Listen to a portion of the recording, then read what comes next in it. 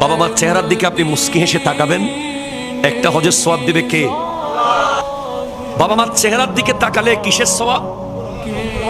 যদি 100 বার তাকাই ইয়া রাসূলুল্লাহ, নবীজি বলেছেন আল্লাহর কাছে তো অভাব নাই, 100টা হজের সওয়াব দিতে পারেন কে? আল্লাহ। এখন ওই যুবককে আমি বললাম, সাপোজ তোমাকে আল্লাহ হজের সুযোগ করে দিল, হজে যাওয়ার আগে আমরা মিনিমাম 1 মাস প্রস্তুতি নেই, পাসপোর্ট আছে, ভিসা আছে, bag and baggage, hotel booking, খাবার দাবার, অনেক বড় প্ল্যান করতে হয়।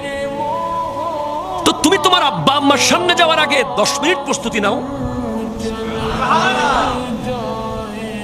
তুমি অনেক বড় অফিসার, অফিসের অনেক টেনশন মাথায়। তুমি অনেক বড় ব্যবসায়ী, কোটি কোটি টাকার হিসাব কিতাব তোমার মাথায়। তুমি অনেক বড় খেলোয়াড়, গোটা বাংলাদেশের জাতীয় দলের তুমি অধিনায়ক। তুমি অনেক বড় মেয়র, অনেক বড় এমপি, অনেক বড় মন্ত্রী। টেনশন ছাড়া পৃথিবীতে কেউ নাই, সবারই টেনশন আছে। হ্যাঁ, তবে তুমি যেই লেভেলেই যাও, যেই পজিশনেই যাও, তুমি যদি জাতিসংঘের মহাসচিব হয়ে যাও, তোমার জান্নাত মায়ের কদমের ওই ময়লা পায়ের নিচে। কোনো উপায় নেই, বাবার ওই কদমের নিচে চাষা, ওই বিলে কাজ করা বেগুন খেতে কাদা লাগা কদমটা, তোমার জান্নাত সেখানে। তো তুমি প্রিপারেশন নাও 10 মিনিট।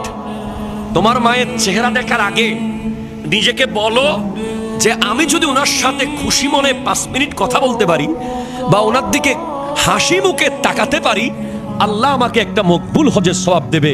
সেজন্য তুমি বাইরে দাঁড়িয়ে আগে অফিস, আদালত, ব্যবসা বাণিজ্য, চাকরি বাকরি সব এক সাইডে ফেলো, রেখে, উঠানে রেখে, খাটায় রেখে, বিলে রেখে, রাস্তার মোড়ে রেখে, গাড়িতে রেখে, তারপর মায়ের সামনে যাও।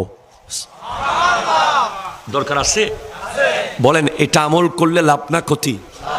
আমরা আমল করতে পারবো? অনেক টেনশন আপনার থাকবে, কিন্তু আপনি 5 মিনিট প্রস্তুত করবেন নিজেকে আব্বা আম্মার সামনে যাওয়ার আগে। আল্লাহ বোঝার তৌফিক দান করুক।